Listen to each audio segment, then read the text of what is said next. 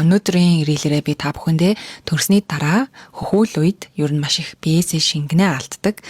Тэрний хажуугаар өтгөн хаталт маш их явагддаг юм билээ. За энэ асуудалтайгаа яаж тэмцэж байгаа талаараа хавалцъя. Өмнөх төрөлтөн дээр би төрсний дараа өтгөн хатдаг гэж юусэн мэдгүй. Тэгээд маш их бичээ нийцсэн. Амар өвдөө цүүлдэ бүр цусмас гараад эмплэгт очоод тэгсэн чинь амар болсон биз дээ. Одоо тэгээд ер нь бол бараг хагалгаанд орж иж гайгүй болно гэд. Тэгээд за жинхэнэ тийрсэн. Саяны төрөлтөн дээр миний маш их анхаарсан зүйл юу вэ гэхээр жирэмсэн үедээ өтгөн хатаахгүй байх. Тэгээд одоогийн байдлаар бол миний бодис солилцоо маш сайхан байгаа. Тэгээд ерөөсө тэр асуудалтай нүүр тулгарахгүй гэдэгтээ итгэлтэй байна. Тэхийн тулд хэд арга хэмжээ авч байгаа.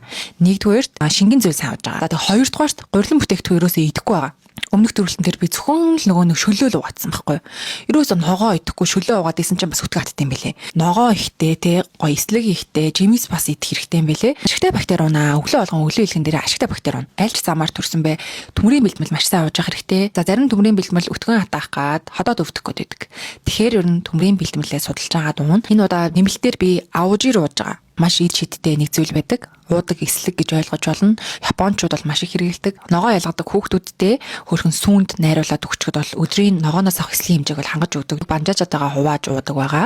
Өтгөн хаталтаас гадна маш олон төрлийн давуу талтай шүү. Гарвайн шинхэн навч байцаа гашуун хулууг үндсэн найрлагатай агуулсан байдаг. Нэмэлтээр нэг ширхтээ 5 тэрбум сүн хүчлийн бактери НАТО гэдэг нөгөө японочууд иддэг юм байдаг шүү дээ. Эсгсэн шар бурцагнаас гарган авдаг нэг төрлийн фермент байдаг. Энэ нь болохоор зүрх судасны үйл ажиллагааг дэмжиж цусыг шингэлж цус бүлэгнэлтийн эрсдлийг бууруулж даралт тогтворжуулахад тустай байдаг. Гоя гэдэг гашуун хулуу агуулсан энэ нь лимоноос 4 дахин их витамин С агуулдаг. Тийм учраас ядаргаа тайлах, төмрийн шингэлтийг сайжруулах, сахар бууруулахад өндөр ач холбогдолтой ногоо юм билэ. Саяхан төрсэн хөхүүл ээж нар маань мөн жирэмсэн ээж нар маань заавал өдөр тутмын хэрэглээндээ энэ аужирог батаагаарэ.